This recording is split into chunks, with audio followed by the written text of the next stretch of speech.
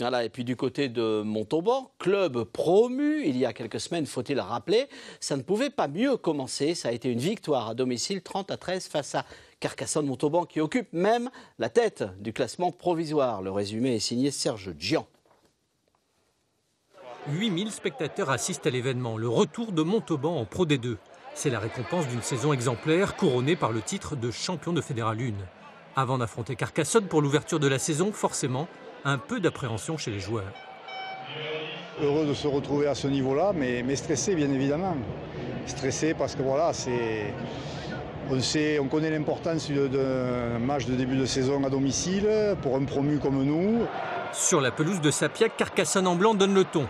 Une pénalité de Gilles Bosch suivie d'un essai de Benoît Lazarotto. Montauban est mené 10-0.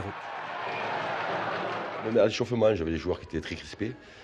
Et ils se sont aperçus dans le match qu'on avait notre place là, tout simplement, quoi. Petit à petit, c'était dommage un peu l'entame qu'on fait. Maintenant, on les a observés, début de match. Après, on a pris le jeu à notre compte, ça a été beaucoup mieux. On était assez performants en défense, on a été patients, sans faire de faute. Ils ont réussi à lâcher les ballons. Après, on a marqué des essais magnifiques. Cet essai de Taleta Tupuola donne confiance à des Montalbanais, habile en contre. 3 minutes plus tard, l'ancien Montpelliérain récidive. Le promu mène 18-10 à la pause. Il prend l'ascendant sur l'adversaire. La seconde période est à sens unique, illuminée par le talent du centre néo-zélandais, auteur d'un triplé.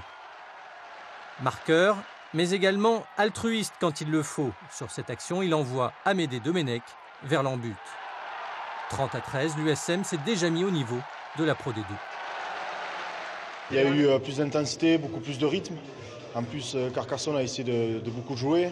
C'est notre philosophie de jeu aussi, donc il y a eu pas mal de temps de jeu et par moments ça a été un peu dur. Victoire bonifiée pour Montauban qui, avec moins de 4 millions d'euros, affiche pourtant le deuxième plus petit budget de Pro D2. Eh ben bravo, et voici ce que ça donne au classement. Montauban en tête, on vous l'a dit. Albi s'est imposé deuxième, s'est imposé 32-23 face à Bourgoin. Tarbes, pour sa part, l'emporte 28-22 face à Dax. Colomiers, je vous l'ai dit, est 14e après sa défaite.